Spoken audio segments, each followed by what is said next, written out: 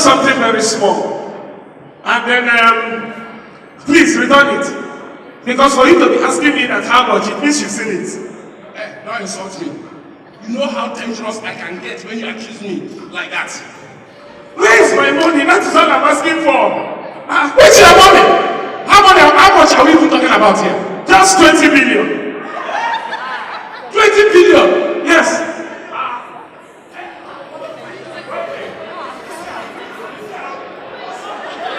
20 billion. 20 billion. There is no arguing the fact that stand-up comedians have existed in Nigeria from time, in the form of village spokesmen, especially at ceremonial occasions, born out of general entertainment, which includes television, radio, music, film, cinema, video, drama, and theater.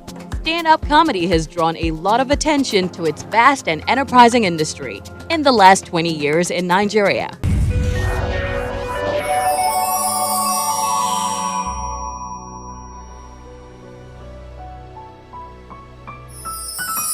Comedy is classified as both a genre of theater and of writing. Stand-up is a way of performing comedy in theater, which therefore makes it art in the way performance art is art. Stand-up comedy is an act of storytelling.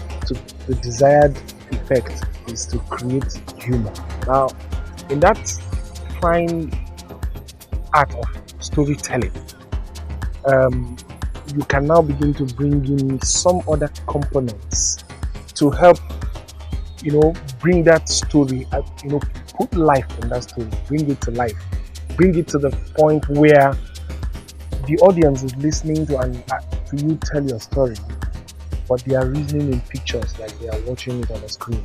Comedy is a satirical representation of the society, in the sense that things that are happening in the society or general in life, you make it look funny, you make it sound funny while you get a message across.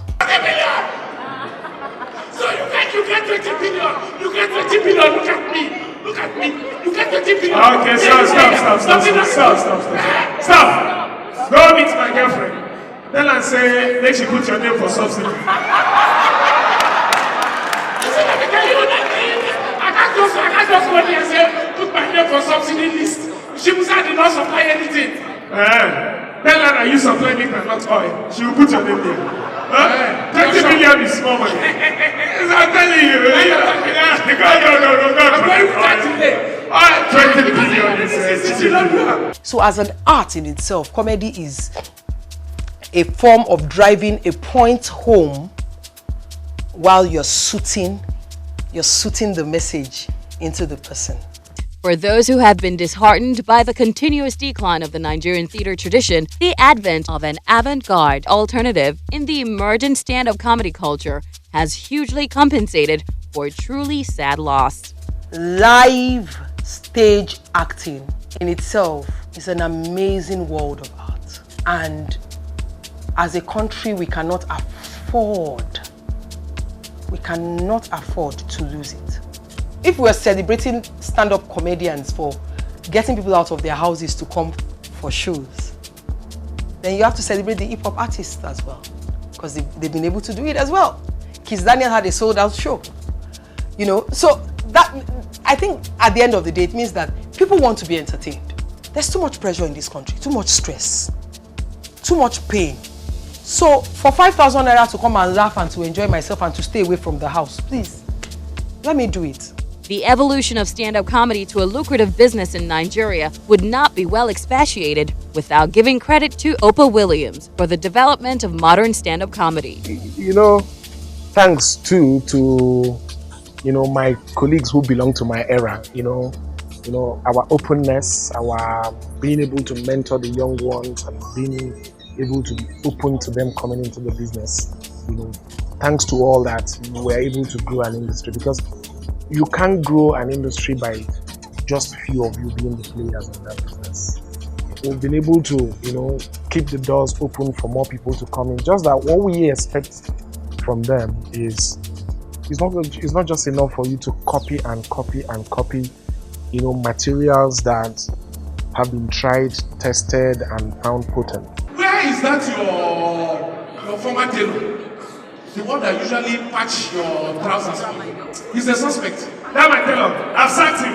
How can you sack him? Now you cannot arrest him. He's been plenty of work. So they made him a chief in his village in Kano.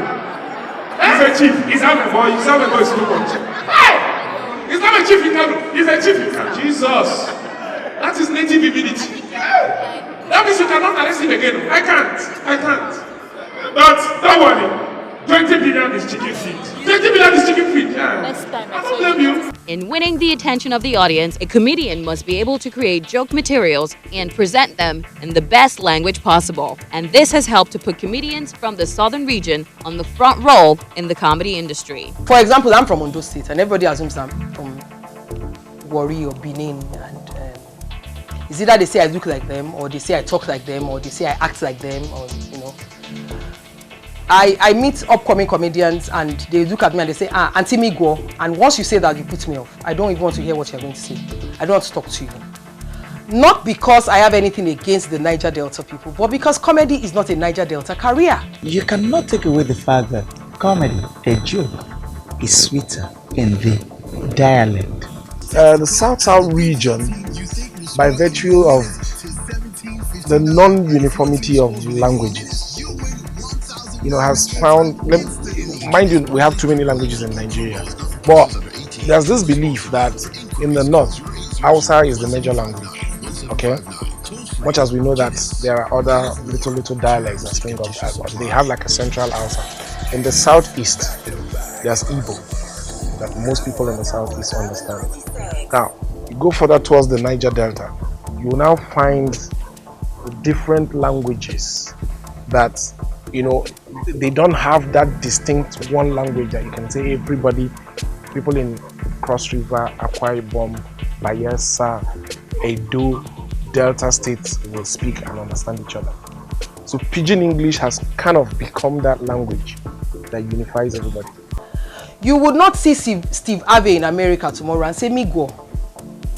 You will not see Jamie Foxx and say Migwo.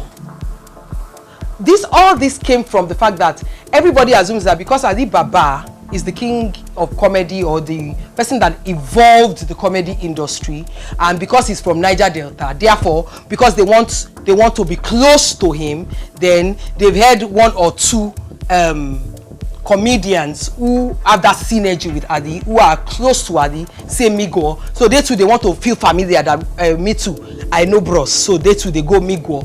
And I'm thinking, hello. Because even Ali Baba is going to look at you and he's not going to be impressed. He's hypocritical.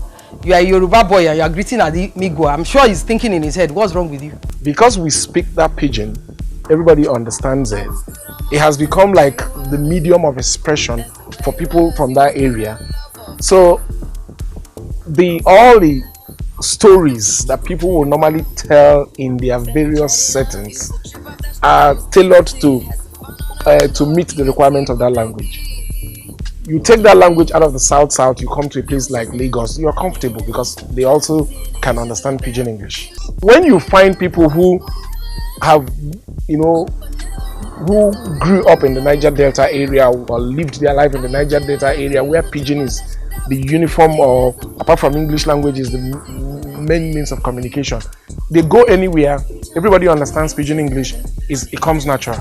Comedy industry is not a Niger Delta industry. However, majority of comedians are from the Niger Delta, and it's not unusual because everything is funny in the Niger Delta. I think that Niger Delta people are, they are like the black Americans who learned to sing in the days of slave trade, and so automatically everybody seems to have a great voice because they learned the art.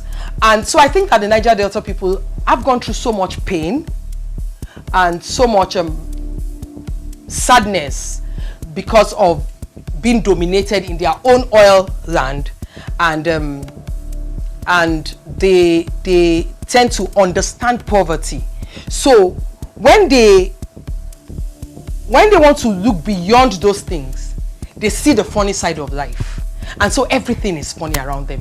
When you are with the average Niger Delta person, in a normal discussion, you are laughing. They are not trying to be funny. They are not cracking a joke. You're just laughing because the way they see life, their understanding of life, their analysis of life, everything is funny because they have learned to